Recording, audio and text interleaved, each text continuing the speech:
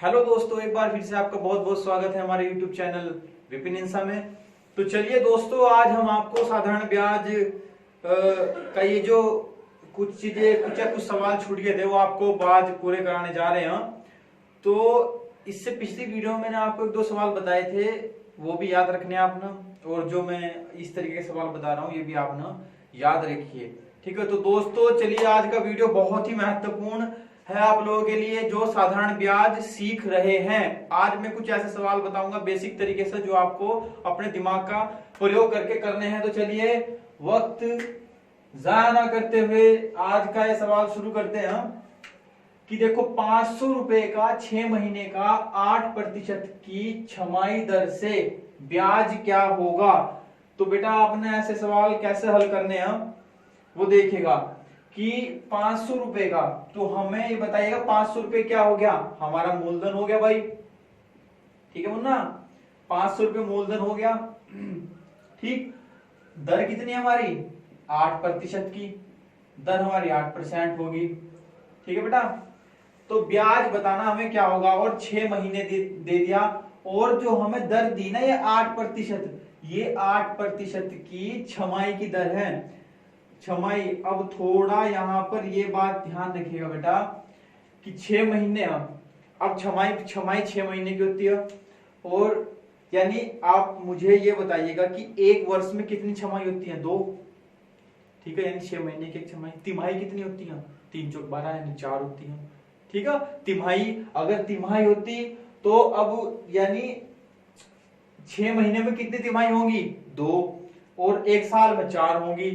ठीक है, तिमाही। और अगर छमाही की बात होती है तो बेटा याद रखना अपना कि छमाही जो होगी वो एक वर्ष में 2 छमाही होंगी और 6 महीने की एक। तो इसलिए जो दर 8% है, तो 8% की जो दर होगी उसमें जो हमारा समय लिया जाएगा, समय जो हमारा टाइमिंग होगा वो 6 महीने ना लेकर के एक होगा, यानी छमाही, यानी प्रतिवर्ष, यानी 6 महीने की एक छमाही होती है। ठीक है, अगर यहां पर वो ब्याज की दर छमाही देता और यहां पर 6 महीने ना दे करके यहां पर 2 वर्ष दे देता हो, तो अब आप मुझे एक बात बताइए कि 2 वर्ष यानी एक वर्ष में तो 2 छमाही होगी, तो 2 वर्ष में कितनी छमाही होगी, 4 छमाही। तो तब आपने यहां पर समय 4 रखना था। ठीक है बेटा, समझ में आई बात। तो ये याद रखिएगा कि 8% की दर होगी, तो जो प्रतिशत की दर होगी ना, यहाँ पर समय 1 लिया जाएगा। अगर हम यहाँ पर 6 महीने की बात होती है, अगर 2 साल के अगर वर्ष की बात होती तो यहाँ पर हम 2 लेते समय। ठीक है, क्योंकि और दर अगर छमाही होगी, दर अगर तिमाही होती तो फिर उसके हिसाब से काउंट करना है। ठीक है बेटा, ये बड़ी महत्वपूर्ण बात है, याद रखिएगा। चलिएगा, अब इसको हल करते हैं। हमें ब्याज निकालना है, ब्याज हमारा साधारण चल रहा है, यानी एसआई इक्वल टू मूलधन गुना दर गुना समय बटा 100। ठीक है बेटा, तो मूलधन हमारा 500 रुपए है, दर कितनी है हमारे पास में 8% की, समय कितना 1/100, इससे कट गया ये, इससे कट गया ये, 8 बजे 40, यानी हमारे पास 40 रुपए ब्याज होगा। अगर 500 रुपए का 6 महीने के लिए प्रति छमाही जो दर हो उसकी, और 8% की अगर हम उसको दर दें तो उसका ब्याज जो होगा 40 रुपए का ब्याज होगा। बेटा समझ में आई ना, छमाही और तिमाही का खेल क्या होता है। ठीक है, अगर छमाही और तिमाही के सवाल आते हैं तो मेरे राजा ऐसा करते हैं आप ना, जिस तरीके से मैंने आपको ये समझाया है। ठीक है भाई, तो चलिएगा अब देखते हैं इसी सीरीज में अगला सवाल क्या होगा। ठीक है भाई, चलिएगा दोस्तों, तो देखिएगा दोस्तों इस तरीके के सवाल कैसे होते हैं। ठीक है, जो मैंने पहला बताया वो छमाही का और तिमाही का वो जो जितना भी मैटर है वो ध्यान से समझना उस चीज को, चाहे आप किस तरीके से भी समझना चाहोगे। तो मुन्ना, इसमें ऐसे सवालों में ट्रिक नहीं, अपने दिमाग से समझिए, हल करने हैं आपने। ठीक है भाई, अब देखो कितनी धनराशि 6 वर्ष में, भाई 4% वार्षिक साधारण ब्याज की दर से 496 रुपया हो जाएगी। अब भाई जिस बच्चे ने ये चीज समझ ली ना कि इसमें सवालों में किस चीज को क्या कहा गया, ठीक है, किसे क्या बोला गया या क्या रहा इन सवालों में, ठीक है। यानी जैसे 496, जिस बच्चे ने दिमाग में समझ लिया ना कि ये 496 हमारा क्या होगा, ठीक है, ये 4% क्या होगी, 6 वर्ष क्या होगा, ठीक है, वही सवाल आराम से हल कर देगा, क्योंकि फॉर्मूले तो दो यूज हो रहे इसमें, ठीक है। अब देखो, अब मुझे एक बात बताइएगा, कोई भैया बैंक गए, बैंक में जाकर के हमने कोई धनराशि ले ली भाई, कोई मानने के बाद हमने पता कितने ले लिए पैसे, 6 वर्ष में 4% की दर से दिए, जो जितने हमने पैसे लिए ना वो 4% की दर दी, और 6 साल लगे उसको 496 रुपए, यानी कोई व्यक्ति धनराशि लाता है तो 496 रुपए वो 4% की दर से 6 साल में बैंक के अंदर जाकर जमा करता है वो, तो जो हमारा 496 रुपए क्या होगा, टोटल अमाउंट होगा ना, यानी मिश्र धन होगा हमारा वो, क्योंकि उसमें मूलधन भी ऐड हुआ, जो ब्याज लगा प्लस वो भी ऐड हुआ उसमें, जो टोटल धनराशि हुई वो 496 रुपए हुई, तो 496 पता होना चाहिए हमारा क्या होगा, हमारा मिश्र धन। समझ रहे ना, जो बच्चा ये चीज समझ पा रहा है ना वो काफी अच्छे से समझ रहा सवाल ये, ठीक है। अब 6% 6 वर्ष जो हो गए 6, तो हमारा जो समय टाइमिंग होगी हमारा हो गया 6 वर्ष हो गए, ठीक है बेटा। अब दर कितनी, यानी आर हमारी 4% होगी, ठीक है भाई। साधारण ब्याज की दर है, तो हमें क्या निकालना है भाई, हमें मूलधन निकालना है कि हमारी मेन मनी कितनी है, हमने बैंक से कितना रुपए पैसे ठाक लाए थे हम। तो देखिए मिश्र धन दिया हुआ है, मूलधन निकालना है, तो सबसे पहले मेरे को एक बात बताओ, मिश्र धन का फॉर्मूला क्या होता है, यानी मिश्र धन यानी अमाउंट बोलते हैं बराबर हमारे पास, यानी मूलधन प्लस के ब्याज, यही तो होता है भाई, मूलधन प्लस के ब्याज, मूलधन को हम पी बोलते हैं, प्लस ब्याज क्या होता है, मूलधन गुना दर गुना समय बटा 100, ये तो होता है भाई। मूलधन यहाँ भी है तो मैं कॉमन ले लूं मूलधन, तो इनटू मिश्र धन को बोलते हैं अमाउंट, ए रखते हैं यहाँ पर उसको, ठीक है।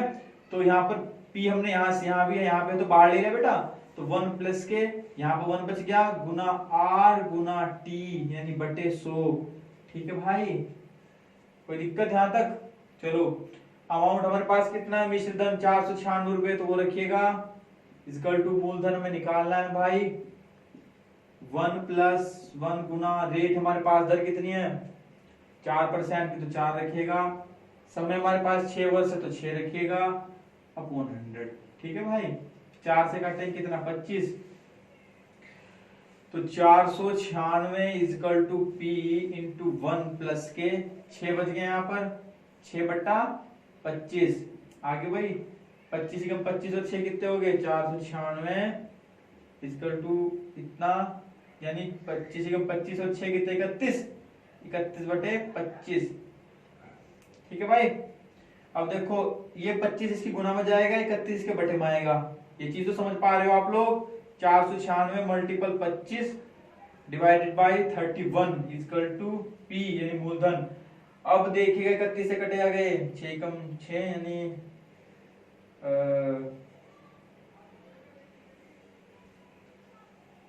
25, चलो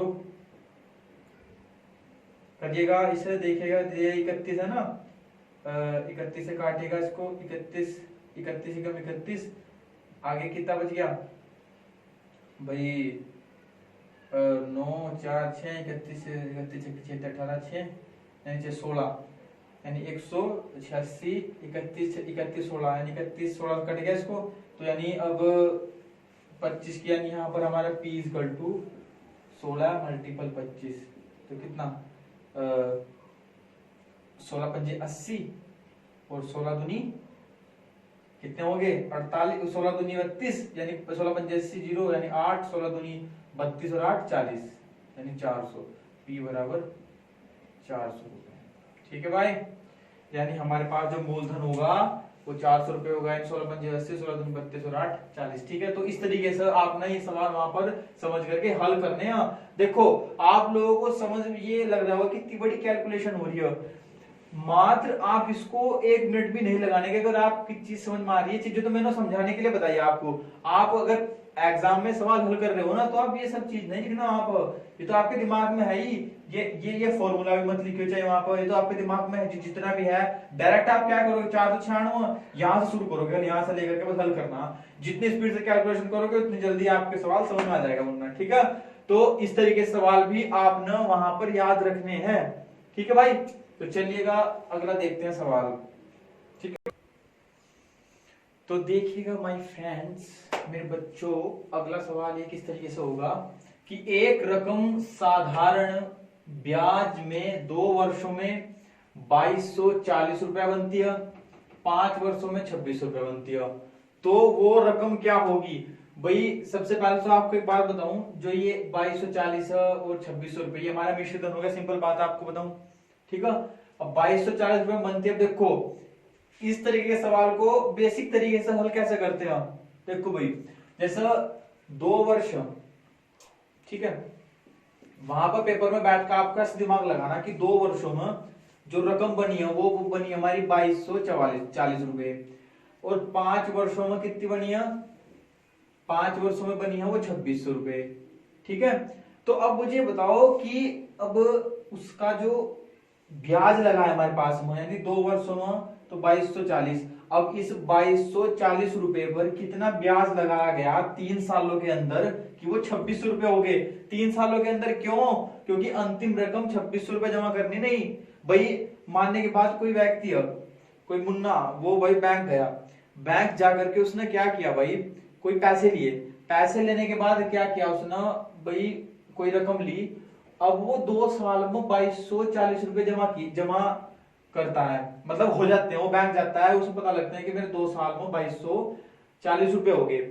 अब वो 5 साल बाद फिर जाता है, मतलब 5 साल जाते हैं उस रकम को लिए हुए, तो उस बैंक का जो मैनेजर है वो बोलता है कि भाई तेरे 2600 रुपए हो गए। तो अब वो उससे पूछता है कि भाई आपने 3 साल में कितना ब्याज लगा दिया इस पर। आगे बात समझो, तो अब वो ब्याज बताना आपको। देखो अब देखो 3 साल में कितना ब्याज लगा, यानी 3 वर्ष में उसका जो ब्याज होगा, ब्याज बढ़ा जो उसका, वो हुआ भाई, इसमें कम करो 2600 में जैसा, यानी 0, यहाँ पर 6 हो गया, यहाँ पर आपका 5 में से 2 गया 3, यानी 360 रुपए। अब मैनेजर ने कहा भाई उसे कितने 360 रुपए तो लगाए हमने उसमें, ठीक है, 3 वर्ष में। अब उसने फिर कहा कि जब 3 वर्ष में ब्याज 360 रुपए हुआ तो मेरा 1 साल में कितना होगा? ये तो पता नहीं ना कि 1 साल में, यानी 1 वर्ष में कितना होगा हमारा ब्याज? 1 वर्ष में यानी 3600, मतलब 360 बटे 3 से काटो, यानी 12 3 36, यानी 120 रुपए, यानी 1 वर्ष का जो हमारा ब्याज होगा 120 रुपए 1 वर्ष का ब्याज होगा। ठीक है, इतनी बात समझ में आई। अब देखो, अब यहाँ देखो 2 वर्ष, अब 2 वर्ष का जो मिश्र धन दिया हुआ हमारे पास में ये है। अब यहाँ थोड़ा सा दिमाग लगा के समझना, 1 वर्ष का हमारा ब्याज 120 रुपए, यानी 1 वर्ष का जो ब्याज होगा 120 रुपए।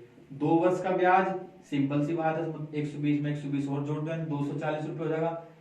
अब 2 वर्ष का ब्याज तो दे रखा हमारे पास में, यानी ये ब्याज है, ऐसा ही उसको ब्याज, उसका इंटरेस्ट यानी ब्याज। ठीक है, अब 2 वर्ष का ब्याज 240 रुपए, और मिश्र धन 2 वर्ष का कितना हमारे पास? मिश्र धन दे रखा 2240 रुपए।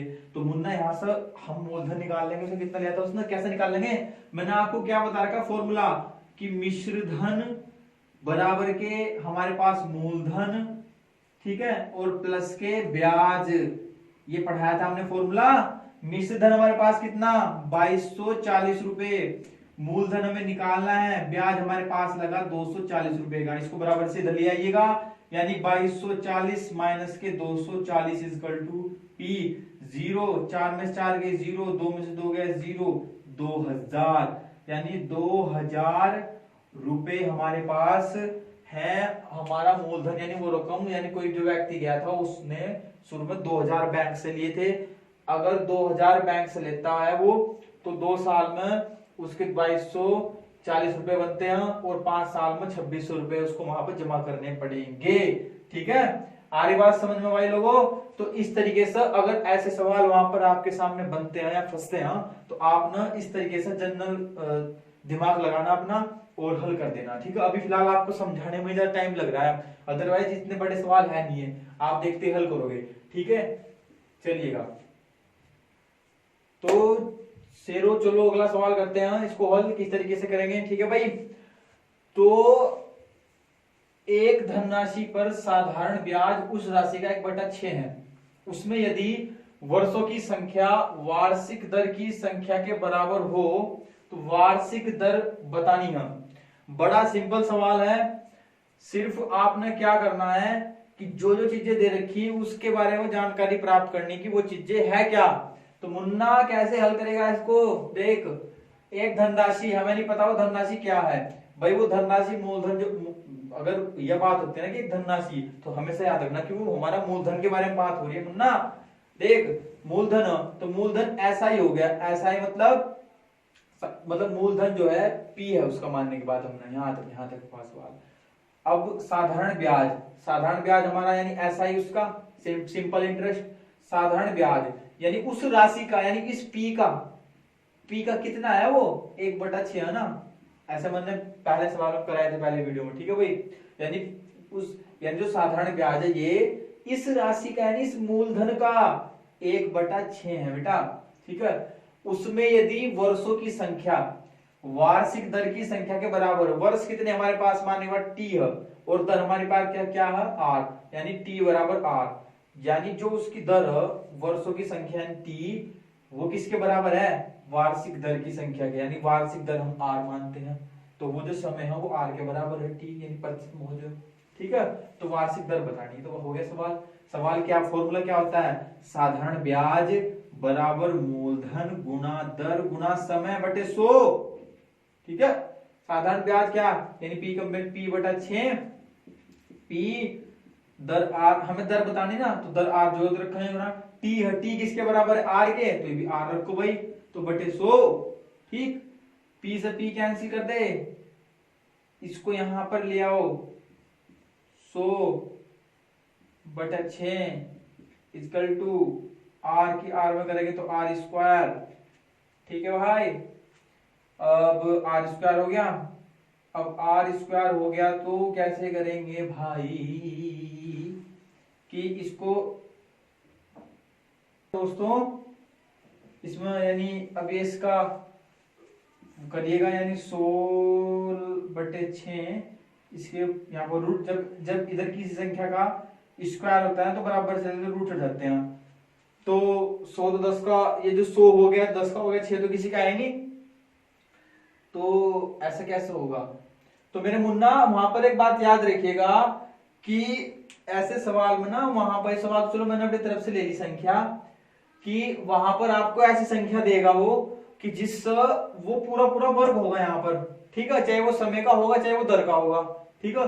तो हम भी क्यों ना यहाँ पर जो 6 लिया इसको अगर 6 को मैं 16 कर दूं यहाँ पर कोई दिक्कत तो नहीं, कोई दिक्कत नहीं होनी चाहिए, वहां पर ऐसी संख्या होगी वो वर्ग होगी, ठीक है। ये बात याद रखना, अगर वो 16 कर दो उसको यहाँ पर 16 तो है ना 4 का, वहां पर वो ऐसा होगा वो बाय मिस्टेक वो ली गई संख्या 6, वहां पर ऐसा होगा कि अगर खासकर ऐसे सवालों के अंदर अगर यानी वार्षिक दरों की संख्या जो होगी वर्षों की संख्या के बराबर हो, ठीक है, तो उसमें क्या करना है, ये जो संख्या ना मतलब यहाँ पर जो राशि का 1 में संख्या होगी वो क्या होगी, वो ऐसी होगी जिसका पूर्ण वर्ग बनेगा, ठीक है, आप याद रखिएगा, ठीक है भाई। चलो मतलब अब रख दो यहाँ पे ये 16 रखो, ठीक है, कभी से वो करो तो अब तो बन जाएगा सवाल मेरे चांद, आर बराबर ये कितने का वर्ग हो, ये 10 का हो, ये कितने का हो, ये 4 का हो, 2 दूनी 4 2 पंजे 10, आर बराबर 2 से काट दो 2 दूनी 4 यानी 2 सही 1/2%, 2 सही 2%, ठीक है बेटा। अगर सवाल समझ में आया ना, मेनली तुम्हें इसके ऐसे सवाल यानी कॉन्सेप्ट समझना, आप अगर मैथ के अंदर देखोगे ऐसे सवाल खासकर तो वहां वो वर्ग ही बनी होगी संख्या क्योंकि किसी का वर्ग होगी, ठीक है बेटा।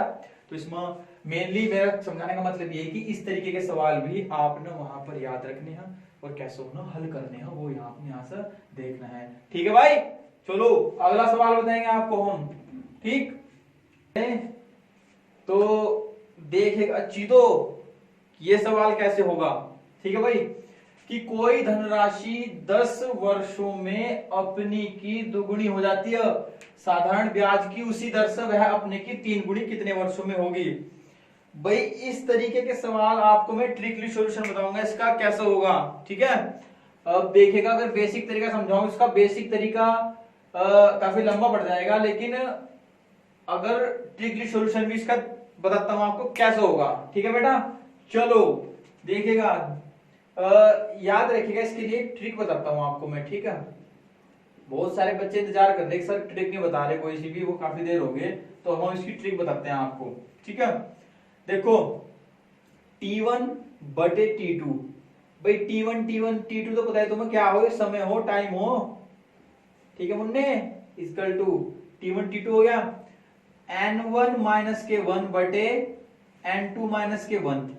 N1 और N2 जो ये होंगे बेटा, ये होंगे जितने गुणी वो हो रही है, पहली गुणी पहले N1 यानी जितनी गुणी होगी वो पहले उसमें, जितने गुणी होगी वो बाद की उसमें। ठीक है, T1 और T2 हमारे पास टाइमिंग हमारी होगी, और N और N1 और N2 जितने गुणी, N1 का मान यानी पहले कितनी गुणी हो रही और बाद में कितनी गुणी हो रही वो N2 का मान। ठीक है बेटा, तो इसे उतार लीजिएगा। अब देखो अगला, यानी अब देखो कोई धनराशि बतानी तो वो कितने गुणी कितने वर्षों में होगी, यानी 10 वर्षों में अपनी 2 गुणी होती है।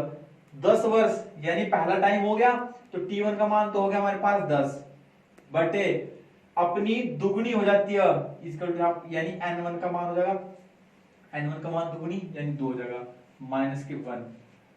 तो उसी दर से वह अपने की 3 गुणी यानी बटे दूसरा जितने गुणी हो रही है, यानी 3 गुणी तो 3 माइनस के 1। अब 3 गुणी कितने वर्षों में होगी, यानी कितने वर्ष, यानी T2 निकालना हम बस। और क्या करना भाई, T1 का मान दे रखा हमारे पास 10 वर्ष, N1 का मान दुगुनी कितने अब वो तो अपने की 3 गुणी, N2 का मान 3 गुणी होगी, अब कितने वर्षों में होगी ये तो बात ही है। ठीक है, आगे बात सुनो, तो अब देखेगा तो बस फिर से हल करना भाई। देखो 10 बटे T2 इक्वल टू 2 में से गया 1 और 3 में से गया 2, इसकी इसमें कर दो 20 इक्वल टू T2 का मान कितना आ गया 20, तो यानी T2 इक्वल टू 20 वर्ष, यानी 20 वर्षों में क्या होगी वो अपने की 3 गुणी हो जाएगी। ठीक है, तो अगर आपके पेपर में ऐसे सवाल भी आते हैं तो आपने उसको जरूर से हल करना है। ठीक है भाई।